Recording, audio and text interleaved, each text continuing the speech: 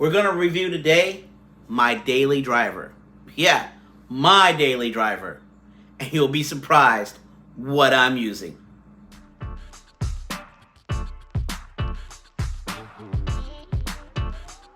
What? Is it wait for it time?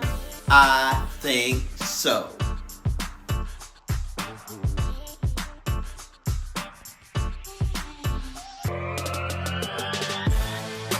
The 2015 last version of the 11-inch MacBook Air.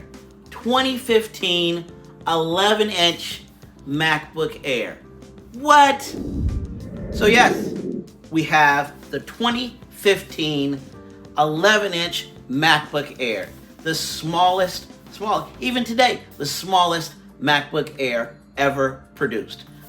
I mean, it is just, honestly, it was all, to me, thoroughly amazing. But in order to understand what this is, let's take a look at the original MacBook Air. 2008 released this MacBook Air. The smallest, compactest, slimmest design Steve Jobs ever created. And it came with not a lot, but a high price tag. This design here, come on, bruh, whatever. Sucked. MagSafe, you snuck under the bottom? Really? Really?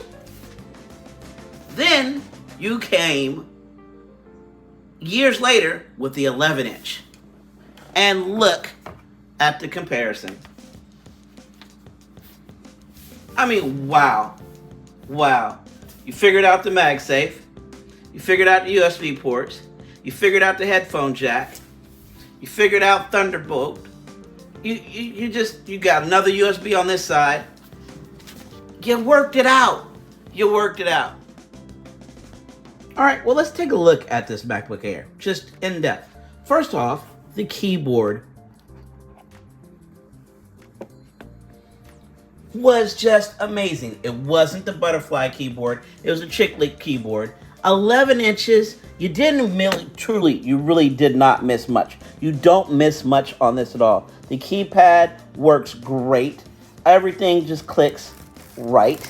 It feels wonderful and amazing. It really does. Now, the screen, okay, it's not high res, whichever. It is a working daily driver for me. I use this for Word. I use this for web browsing. I use it for my reports, for Excel, Google Docs. Okay, so wait a minute. What is missing? Let's see. The version larger than this would be the 13-inch MacBook Air from this year, 2015. The only thing that I feel that is missing, two things. 13 inches from 11 inches. Okay, really, I'm trying to do my best to travel to and from the city with this in my backpack, the lightest possible. It just totally works. And on the 13-inch, Apple, with your genius, you had added the SD card slot. Well, for me, I'm not a photographer, so that's not huge. If I was a traveling photographer, I really wouldn't be using this because you don't get the high res to be putting that in anyway. So right now, in 2021, 13 inches is just overkill because you really do not need that. This, however, oh man, just works in my backpack. Slips in, not a problem. Doesn't have much weight whatsoever. Look at how thin that, just look at how thin that is. And a logo that lights up. A logo, Apple. Can we just bring that back? Apple. Can we please bring that back? Look at that. You didn't even see my finger in the reflection. I like that. What? So, let's visit Does this really, really work in 2021, built in 2015 as a daily driver? If you're watching this, you're a Mac user, or you would like to be a Mac user. We do not need to go over what iOS and all that works or how that works. Okay, first of all, this is 2015, running Mac OS Monterey. Yes, the very, very, very latest version. What's missing from that version? Sidecar. There's no sidecar from my iPad mini here to that, okay? That's missing. It's not missing Thunderbolt because we have Thunderbolt. So if I want to do an external display, I most certainly can. If I need to have a workspace in my office where I have external display that needs to be booked, fine, works out fine. Battery life is great. Still, 2015, and I have zero issues with this. Upgradable? No, we already know MacBook Air, not upgradable. So, what I did when I bought this, I'll put the specs down below. But this is a i7 with 8 gigabytes of RAM, not 4. So maybe that is my defining factor, that I do have 8 gigabytes of RAM and not 4. And this thing speeds along greatly. Like I said, the screen is not as beautiful as it could. It is not as beautiful. Is it bad? No. The camera. Hold on. So at work, I do have a few. We're not going to talk about it. Windows computers. Okay, I do. And here we are now where we are all doing a lot of Zoom meetings. Hands down, between my brand new Windows computers, and this camera here, using Zoom and FaceTime, much better. Much better. I believe this camera here is even better than the MacBook Air currently. Correct me if I'm wrong. Definitely better than the 12-inch version of MacBook, the latest version of that. Definitely. Works out great. My meetings run amazing. I have zero problems with this. Working this as my daily driver, everything still updates. So 2015, i7, 8 gigabytes of RAM, working on Mac OS Monterey.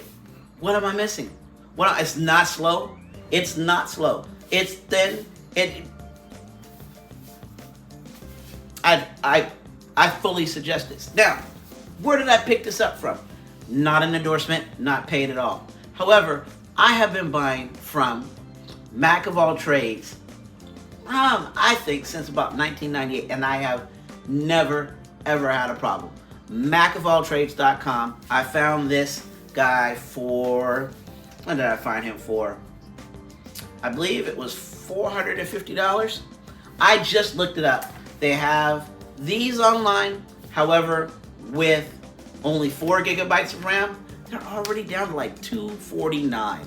$249. If you're headed to college, if you're just wanting an everyday, just easy daily driver that you can commute back and forth. Say you got to do the subway or the BART or the city train or the L, or you're in Chicago, wherever, and you put this easy guy in your backpack and use it as your daily driver.